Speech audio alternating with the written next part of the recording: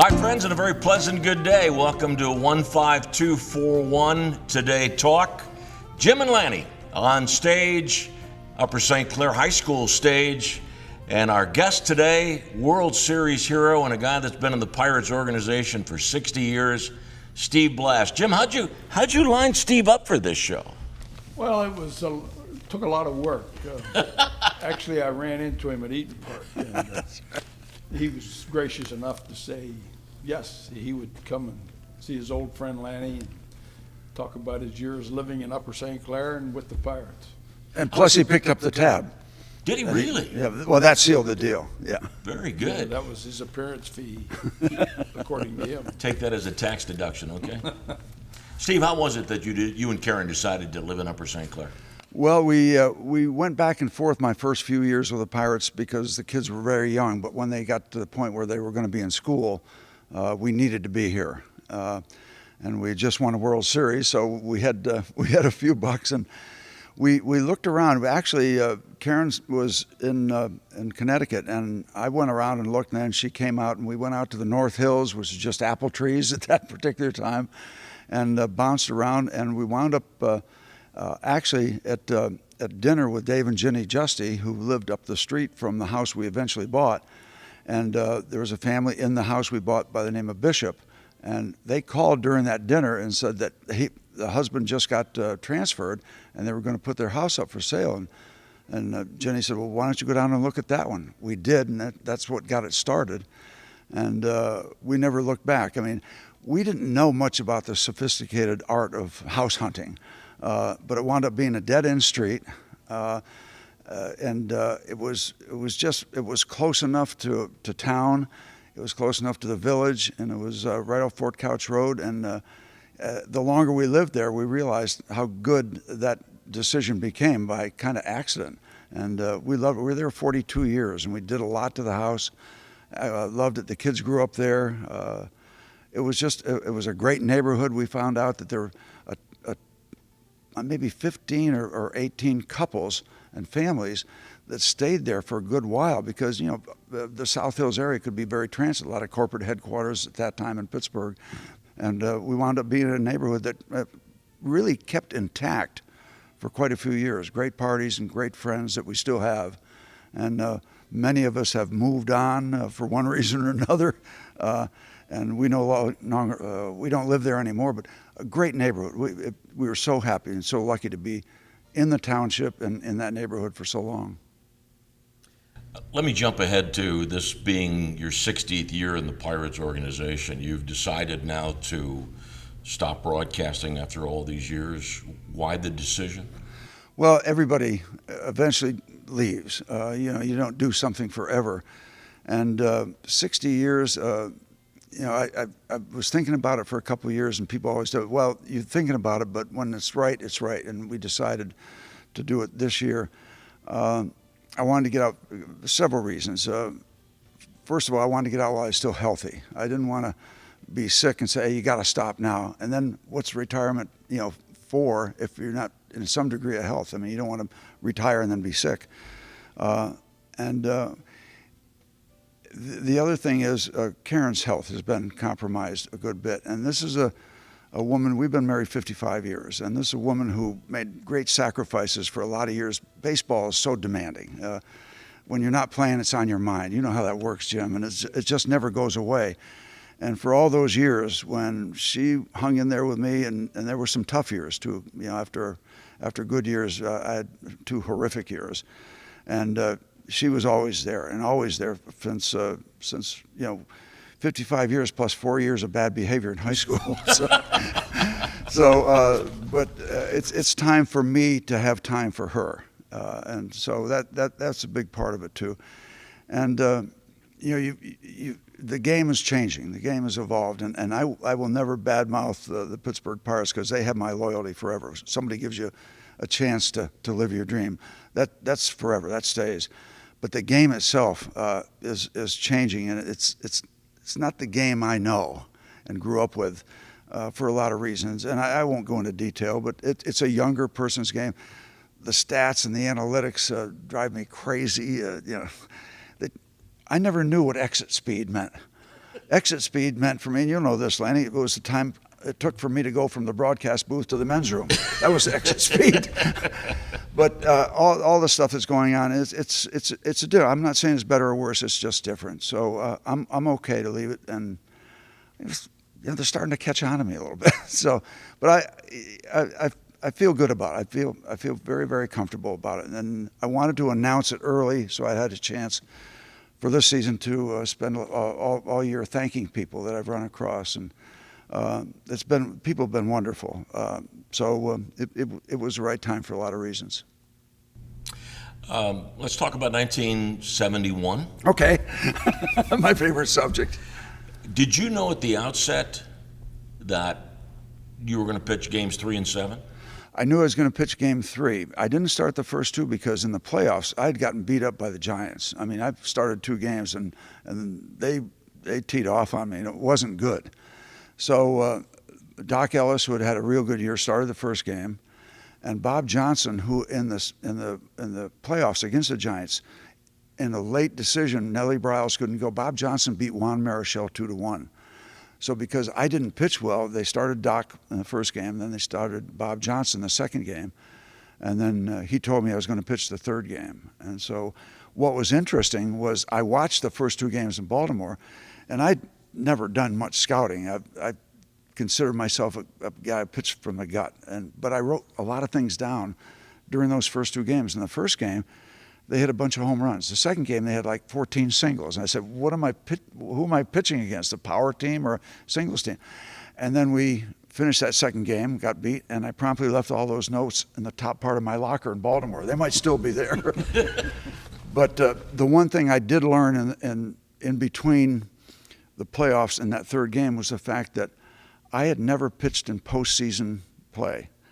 And I thought that I had a good regular season, but I thought because it was now postseason, I had to be better.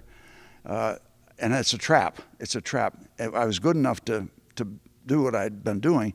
And I thought, oh, this is an elevated part of this thing. So I tried to be a strikeout guy.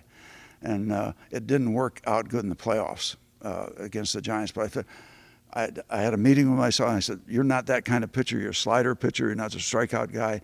And that helped me, I think, get ready and pitch well in game 3, which was the game of my life at that time. And one of the neat things, we all have fathers or have had fathers, and my dad jumped off the dugout roof after the last out of the third game of the World Series, broke through security, got down and wound up being in an interview with Tony Kubek on national television. And to see my father come down off that, I mean, it's something I'll remember the rest of my life. It was one of those joys. I thought he'd won the damn game, but it was one of those singular moments that I had. And so game 3 was fabulous. And then I don't remember Murtaugh telling me that I might pitch game 7. So I make up the story. As long as all my stories have at least a thread of truth, they're okay. Just a little bit of a thread. That's all I need. That's all I need. So when I speak now, I go out and tell people, well, we got beat in the 6th game. And he came up after the last out, tapped me on the shoulder and said, "Tag, kid, you're up. you're it." And but that's not. I'm sure he told me before. Let's go back to game 3 for a second, because there's a lot of people that probably weren't there. Yeah. It's been a while. You pitched all 9 innings. Yeah. Which, by today's standard, is rare. It's very, very rare, and back in the day, back in that part of the world, though, it wasn't rare. I mean. That's 71. In 68, Bob Gibson started 37 games and completed 28. So it wasn't as rare. Now when we look back with what's going on now, it's extremely rare. And even to take it to game 7, nobody in the National League has pitched a winning 7th game, complete game since then. It's not been done. It was done in the American League. Jack Morris did it for Minnesota.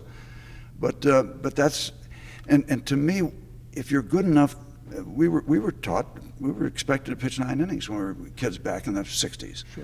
And if you're good enough to pitch in the 7th inning, many times adrenaline, you're not going to be real tired. The adrenaline's going to take you. How many pitches did you? They didn't count them in game 3. In game 7, 134 pitches, and not one visit to the mound. And the game took 2 hours and 13 minutes. So, I mean, so the world has changed with that. We were developing, the old theory was that the more you pitched, the more you built up arm strength, and the more arm strength you build up, you were able to pitch longer and you resisted injury. I don't know where that theory has gone, but it was, if you get to the ninth inning, adrenaline's going to take you, and it's part of what you learn as a pitcher. There's milestones for a starting pitcher. First of all, get your feet on the ground in the first inning and get yourself underway. Make sure you pitch the fifth inning so you qualify for a win, and then you learn how to pitch the ninth inning about if you get there, not trying to get all 3 outs on one pitch because you see the finish line. Oh, I'm going out, I got the ninth inning, I've been pitching well, and you have a tendency to rush before you learn that. You got to, it's the old theory, 1 out at a time, especially in the ninth inning. So there's things you learn along the way about finishing ball games. But so proud of that game because if we'd lost game 3, best 4 out of 7, you ain't going to make it. So that got us back into the series. Who was your catcher? Manny Sanguian, my buddy. I mean, we got in a rhythm where there were times I'd start to wind up before he put the sign down.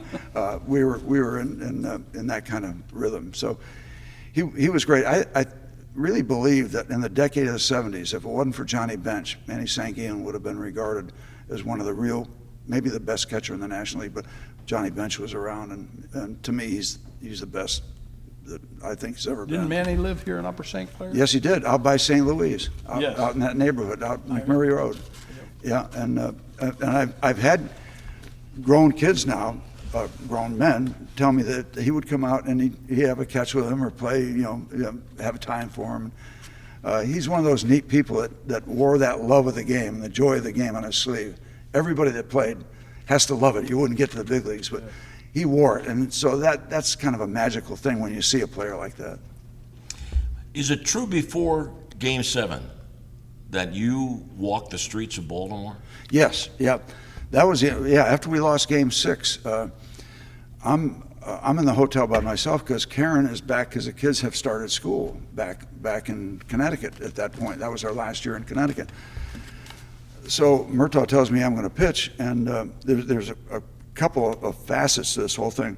I'm there by myself, so I go down after we get back to the hotel. I'm going to go out and get something to eat. Who's there but Bruce Keeson?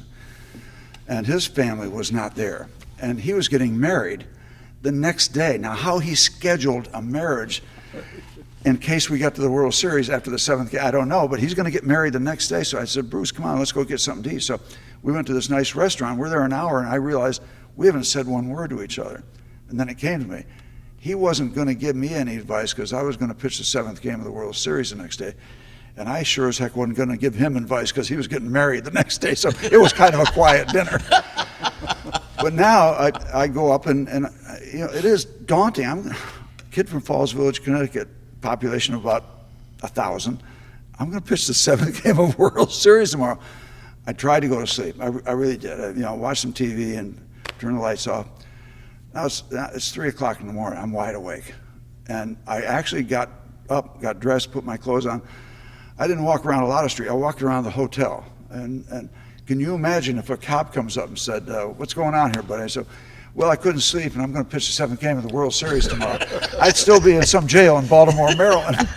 And like we were talking about earlier when we had some conversations, the toughest thing I think about performing at any sports level is the wait for the contest to begin. The wait, because you want to find out. You feel like you're good enough, you feel like you're capable, but the waiting is crazy, and that's so we finally got out there. But the waiting to pitch the 7th game of the World Series is unbelievable, and it all worked out. I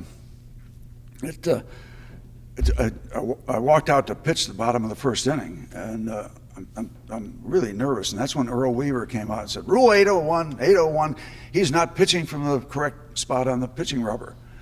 And the bottom line is, as long as you're making any kind of contact, you're legal. Right. But he wanted to rattle me and call timeout. 801, Rule 801. He came out, and it helped me. I got so upset with him. I think I forgot about the magnitude of the day. And every time I saw him after that, I said, "Hey Earl, thanks again, man. I really appreciated you let me catch my breath a little bit." And then he said some things that I can't repeat back to me. But It wound up being a 2-hour game. Clemente hit a home run. You know, that was his World Series. I remember 2 plays in that World Series that did not result in outs. Like, was it 40-some years later now? He came over to the right field line all the way from his position, right by the foul line, made a catch on the run, did a 360 and threw a strike to Richie Hebner at third base. Guy was safe. No, but I remember that to this day. And then somebody hit a ball down into the corner on the warning track like a hockey puck going around the boards. He picked it up on the warning track in front of the home run wall and threw a strike to Manny Sanguillen on home plate. I mean, didn't result in an out. They held a guy up wisely at third base.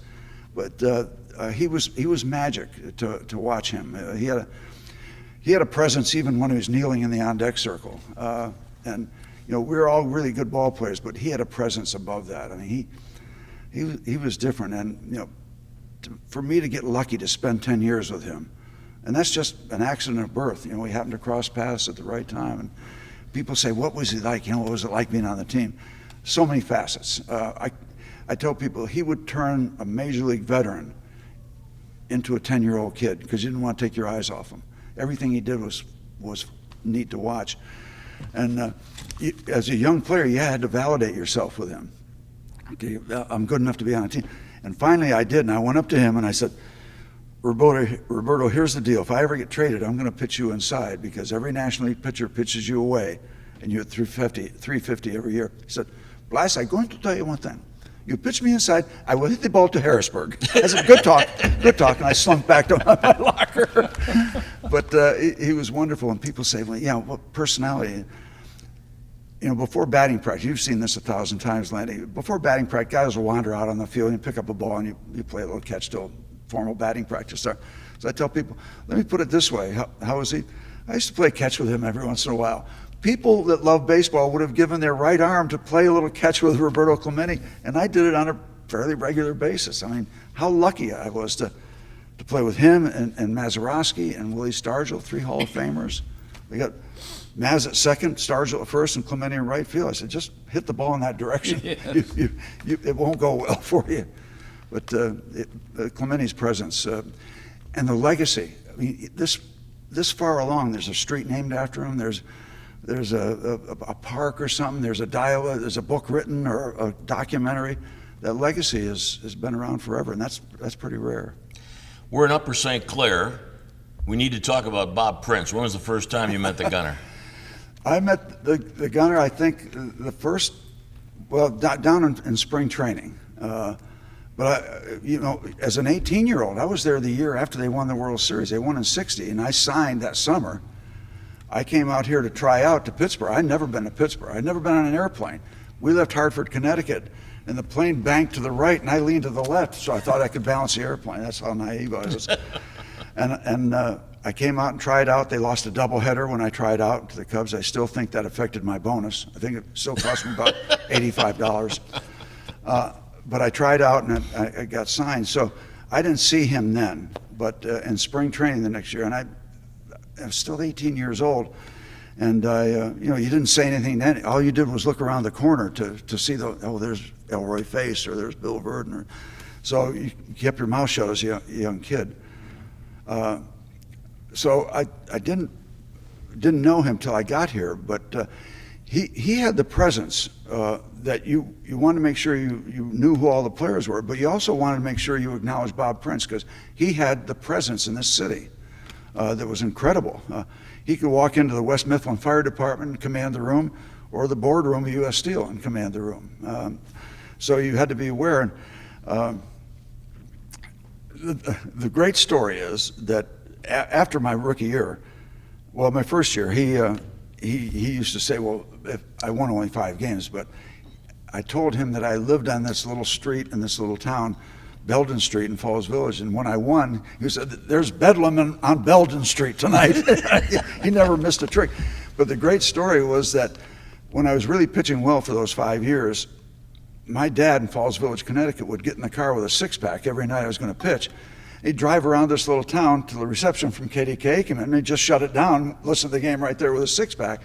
And at the end of the year, he would send Bob Prince an invoice for 2-car batteries and 6 cases of beer, and Prince loved it. You know, anything connected like that. You know, Bob was unique, unique in so many ways. He used to love his Canadian Club and Coke, and his doctor said, "You got to stop. The Coca-Cola is going to kill you." So he went to screwdrivers. In fact, the second game I did with him, he called down in the middle of a game. You're forbidden to have alcohol in the booth. In the middle of an inning, he said, "Send up 2 screwdrivers." I thought something was loose in the booth he was going to fix, but it wasn't that kind of screwdriver. So anyway, but he was bigger than life. He was bigger than life. Yeah. Let's go back to that 61 season then. So here you are in this clubhouse with all these World Series heroes. You were telling Jim earlier, and Jim is a big Yankees fan, so you pitched to Mickey Mantle? I did, because back in the day, and they still kind of do it, when you do an away game, the Yankees were in Fort Lauderdale, and we were in Fort Myers. So you send over a bus with who's going to play, but you send a lot of extras in case the game gets out of hand or you want to see somebody work an inning. And all the young pitchers would make these trips in case they ran out of pitchers in the game. So I'm over there. I'm going to go see the Yankees, because I grew up in Connecticut. I knew all the Yankees back then. And some of them were still there. A lot of them were still there. So it gets to be the 7th inning, and Mantle hadn't started. So the fans said, "We want Mickey. We want Mickey." So in the 8th inning, we run out of pitchers. I go out to pitch the bottom of the 8th inning. Now batting for the Yankees, number 7, Mickey Mantle. I said, "Oh, no." I'm 18 years old. I still got his bubblegum card in my pocket somewhere. And just terrified. And I threw 4 pitches over his head, and all he did was screw his helmet back on the top of his head. And that was it. But that's not fair. I'm 18 years old. I'm terrified. So that was my experience with Mickey Mantle. How old would he have been? God, he would have been toward the end, but he played a few more years, probably late 30s then, yeah. And he's still an imposing figure, because I used to go down to Yankee Stadium. Mickey Mantle was a god. I mean, he was the baseball player of a lot of people's dreams and ideals and everything before the book came out about him. And he was human like all the rest of us. But you talk about having somebody on a pedestal when you grew up in Connecticut and you're a Yankee fan. Oh, Jim, who was your favorite Yankee of all time? Well, it was probably Mantle. I remember I went to see a game. I used to go to doubleheaders in Cleveland all the time. Oh, that was the big one. Yeah, when the Yankees. But I saw him. I was amazed at how big his forearms were. The pipes, yeah. Yeah. And then combined with that, he didn't have a slender body. But Yeah. the speed, and didn't look like he had a body for speed. And they say if he didn't tore up his knee, he would have. Who knows what he would have done. But Well, growing up in Connecticut, you weren't a Yankees fan, though. You just mentioned Cleveland. Were you a Cleveland fan? I grew up being a Cleveland Indians fan. It's talk about not having a sense of the world. When I was a kid, I'd play Cowboys and Indians. I rooted for the Indians. To the point where when I was in AAA ball, I bought my first car, and it was a Pontiac. Remember, there was a Chief Pontiac in the world somewhere, and I wanted to play for the Indians, and they offered me a $2,500 bonus, and I would wait till the next spring to start my career. The Pirates came around, said, "You can start now. We'll give you $4,000." I said, "Where's the pen? Let me sign something." But I kept track, and the Indians in 1954 won 111 games in a short, 154 season. And I kept a scrapbook, and I still have it down in the storage area, boys, where I'm heading after we do this. I have still a scrapbook of every game they played. And that's 1954, when I would get newspaper clippings of a game played 2 days ago. But I kept that scrapbook. Wynn, Lemon, Garcia, the big three, and Al Rosen, who was the MVP, and Bobby Avila at second base, who was the batting championship. And they got swept by the Giants in the World Series. I was devastated. Willie Mays made that unbelievable catch against Vic Wertz, one of the best catches ever in the history of the game. So I was a huge Indians fan, and I would have signed for him if it wasn't for the Pirates. I have a baseball at home, Steve. I should show you. They dedicated a Little League field in my hometown. And there was 3 people that they got to come for this ceremony. Bob Feller, Oh my God. Mike Garcia, Yeah. and Cy Young lived in a little town called Newcomerstown, which Newcomerstown's famous for Woody Hayes and Cy Young. Anyhow, I have an autographed baseball with Cy Young. There can't be too many people that No. are old enough, first of all, Yeah. to have them. That, The only problem with it is that he signed it in pencil. oh, no. And, I can still see it. Yeah, but yeah. I- Well, Mike Garcia, he was the big bear. He Oh, was yeah. Win Lemon and Garcia. Yeah.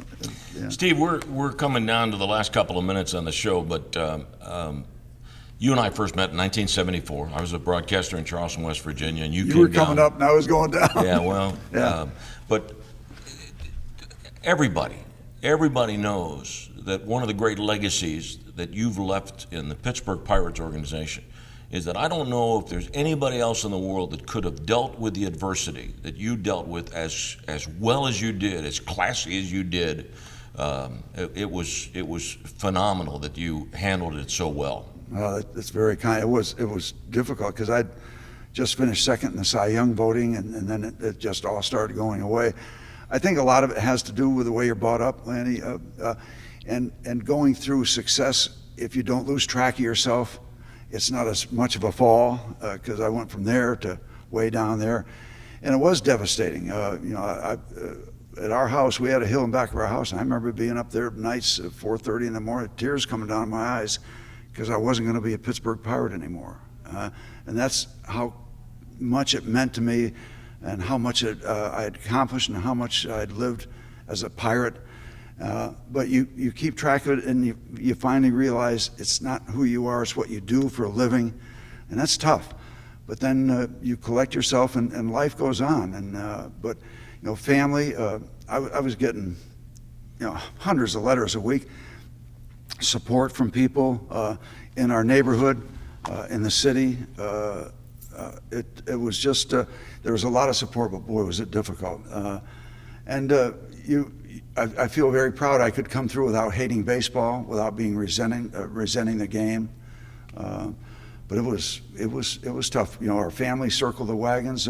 Our kids who went to school through all the Eisenhower and all the systems here. The year before, all their buddies wanted my autograph. Asked them, "Hey, get your dad's autograph." And then the next year, kids can be unintentionally tough and cruel at times. And they say, "Hey, your dad's a bum." Those things they're tough on me, but they're tougher on the kids. They don't understand. So it was very difficult, but for the most part, there was unbelievable support, and that meant a lot. And if you come out on the other side, when you live that kind of thing, if it doesn't destroy you, it makes you stronger. If you live that, you realize it's true. And so it's been a great run. And part of that run, and I will have my opportunity to make you a little uncomfortable. Nobody made me feel more comfortable than you did. I didn't know anything about this business, and without saying stuff, when I first started, I get hyper and excited like I always am, and Lanny wouldn't say anything during a home run or just put his hand on my arm, just let the moment breathe, let it live, and the other thing is that I was handed a job. Bob Walk and John Wayner now are in that company, and that's wonderful. But there are guys that come up through, work the minor leagues, carry the equipment around, and really earn this. And it's easy, and I know in other markets there has been some resentment from the guys that work that hard for ex-ball players to be handed a job.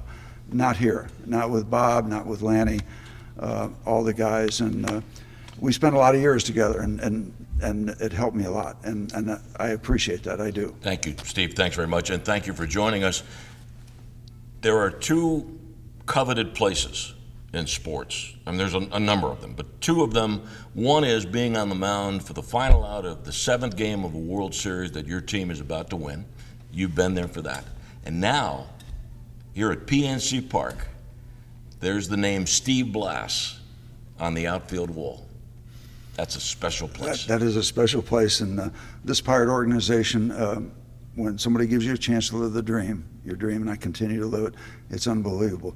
And for you, Mr. Render, congratulations for what you have done with this school and this community. And I mean, I'm allowed to say that to you because I've seen a lot of it. I've seen a lot of it. Well, I want thank you very much. I just wanted to say, I don't have many questions down here because you're still an intimidating figure at the professional level.